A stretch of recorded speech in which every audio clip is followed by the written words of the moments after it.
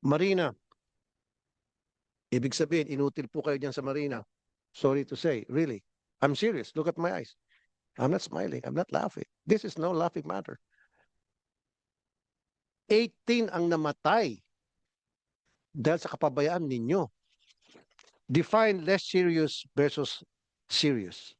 Recently, napabalita na merong mga nangyaring tragedy sa laot. At ang pinakamasakit at masaklap, itong nangyari recently sa Basilan na kung saan 316 passengers and 18 dead and 24 missing so far. Nasakay nitong MV Tricia Christine na pag-ari ng Aleson Shipping Lines. This is really unacceptable. Dapat meron talaga managot dito. Kulang po yung suspension. Kung pwede, dapat may makulong. Ang pinagtataka ko po, nabasa ko po sa mga reports, na itong Allison Shipping, involved na pala ito sa 32 maritime incidents. 32 since 2019. So ibig sabihin, ang mga barko nito ay makonsider bilang mga floating coffins. Yung mga lumulutang na mga kabaong. Ba't pinayagan? Bakit hindi muna ni-review yung mga barko at siniguro na maayos at seaworthy itong mga barkong ito at yung mga pahinante nila o yung mga tripulante nila ay well-trained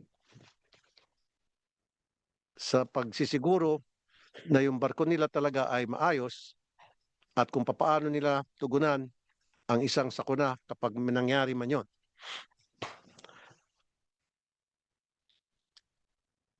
Although DOTR is already conducting maritime safety audit on Allison shipping fleets.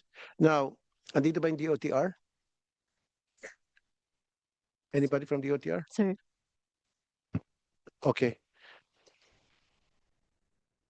32 maritime incidents involved itong Allison Shipping since 2019.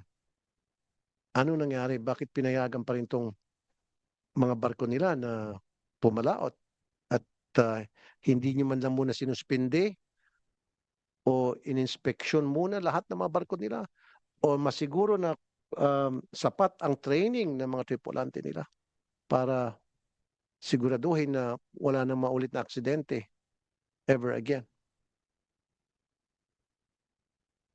Sir, for this po, I would like to seek the help of our officer from Marina po.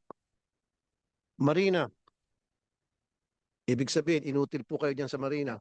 Sorry to say, really. I'm serious. Look at my eyes. I'm not smiling. I'm not laughing. This is no laughing matter. 18 ang namatay dahil sa kapabayaan ninyo. Kung kayo'y naging maagap, wala sanang namatay na ngayon. Unahin na muna natin doon, Engineer Carpio, involved sa 32 maritime incidents. And I would like to know ano ba yung maritime incidents na nakalagay doon sa mga dyaryo. Nabasa ko sa mga dyaryo yan 32 maritime incidents na involved itong Allison Shipping Lines. And yet, wala tayong nababalitaan na sila ay nasuspindi or sila ay namultahan o may nakulong, may nakasuhan, etc. Nada. Why? Good morning, Mr. Chair. Senator Rafi Tulfo, sir. With the 32 mentioned incidents or accidents of their ships since 2019, we have the categories of the incidents which is less serious, serious, and very serious. These incidents, nagkakaroon na po ng suspension. However, yung mga less serious and serious, ito pong nangyari ngayon na nabanggit nyo kanina, yung sa Basilan, this is a very serious kasi meron pong namatay. The sanctions here, yun po, nag-suspend na kaagad. Muna, Yes, sir. Engineer, define less serious versus serious.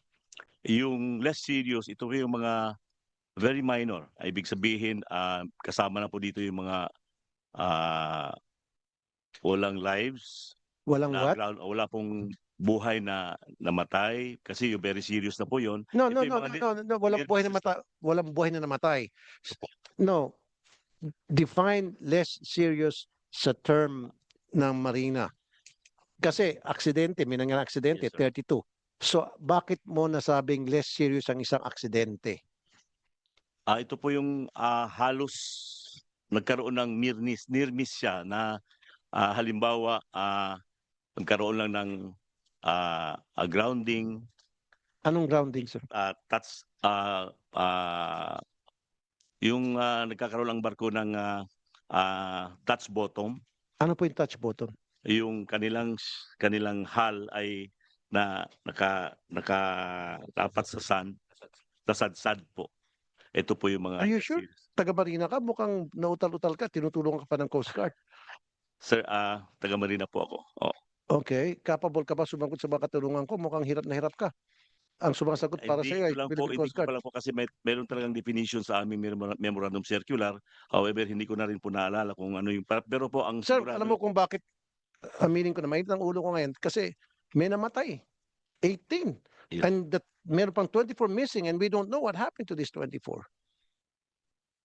Kaya kanina patawa-tawa ka. Hindi po. Now, sa 32 sir, ilan ang barko, ilan dito sa 32 na reported accidents na ng nitong mga barko ng Allison Shipping? Ilan ang lumubog since 2019? Ilan na ang namatay total? Do you have those figures? Wala po figure but I can submit. Okay, ang sunod kong tanong. So 19 na pala, whether less serious or serious. 19. I mean 32 since 2019. What did Marina do? With those incidents, nabanggit ko na yung mga categories of seriousness ng mga incidents, may mga suspension po. In fact, kasama po ang mga ating mga officers kung talagang they were found na talagang sila ay negligible doon sa kanilang mga functions. Okay, buti pa yung mga staff ko, meron agad definition ng less serious. Andito, Serious, ikaw meron mukhang po hirap sir, na hirap meron ka. po ako. Nandito po yung O less sige, serious. pakidefine na lang. Mas maganda galing na lang sa iyo. Sige, kaysa galing sa mga tao ko. Ang less serious marine casualty po refers to a term used to describe any maritime casualty that does not qualify as a very serious marine casualty or a serious marine casualty. Teka muna, nahilo ako dun sa pinagsabi mo. Ikot-ikot. In short, gawa-gawa nyo yan? Kayo ang nag-craft Yes sir, ng this is a policy po. That's a yung policy policy. po under memorandum Ano kasi circular. policy yan? Ang hirap intindihin. Paikot-ikot. Tama ba? So ang less serious, pag nagkaroon ng banggaan, lumubog ang barko at walang namatay, less serious yun. Very serious na po yun sir. No, serious na po yun. Less serious, serious and very serious. Okay, sige. After this hearing, gusto ko by tomorrow, padala nyo sa akin yung 32 accidents, kung anong klaseng aksidente yun na involve itong mga vessels ng Allison Shipping. Yes, Your Honor. And then gusto ko rin malaman from you, anong ginawa ng Marina. Okay?